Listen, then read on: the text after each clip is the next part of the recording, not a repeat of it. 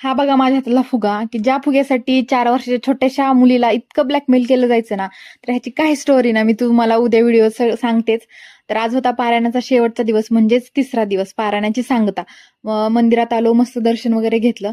आता आम्ही तर असंच साष्टांग दंडवत घेऊनच दर्शन घेत असतो. असं दर्शन तुम्ही घेता का बरं कधी? मला कमेंटमध्ये नक्की सांगा. आणि त्याच्यानंतर इथं झाली होती पारायणाची सुरुवात. तर पारायणाचे पहिले 2 तास असतात मी म्हटलं तसं आणि त्याच्यानंतर मध्ये 2 तास झाले की मध्ये असतो नाश्त्याचा ब्रेक. मग त्या ब्रेकमध्ये सगळे लोक नाश्ता वगैरे करून नंतर फिरून पारायणाला येतात. आता नाश्ता झाल्यानंतर इथं होतं चहा. पण मी तर 1 जानेवारीपासून चहा बंद केलाय, की ठरवलंय की 2026 मध्ये चहा घ्यायचाच नाही. तर बघू किती दिवस असं चालतंय. मग नंतर आणखीन पारायणाला आलो, पारायण वगैरे झालं. तर मी तुम्हाला म्हटल्याप्रमाणे महाशिवरात्रीपासून 4-5 दिवस यात्रा असते आणि त्याच्यामुळे कंटिन्यू काही ना काही मंदिरात कार्यक्रम असतात. तर त्याचाच एक महत्त्वाचा भाग म्हणजे हा आजचा लघुरुद्राभिषेक. तर ह्या अभिषेकाचं इतकं महत्त्व आहे ना आणि हा अभिषेक 5 का 4 तासांपेक्षा जास्त वेळ चालू असतो आणि कंटिन्यू हे ब्राह्मण लोकं मंत्र वगैरे म्हणत असतात. तर ह्या अभिषेकाचं खूप महत्त्व आहे. असा आज अभिषेक वगैरे झाला आणि आज ब्राह्मण भोजन होतं जे लोकं पारायण करतायत त्यांना.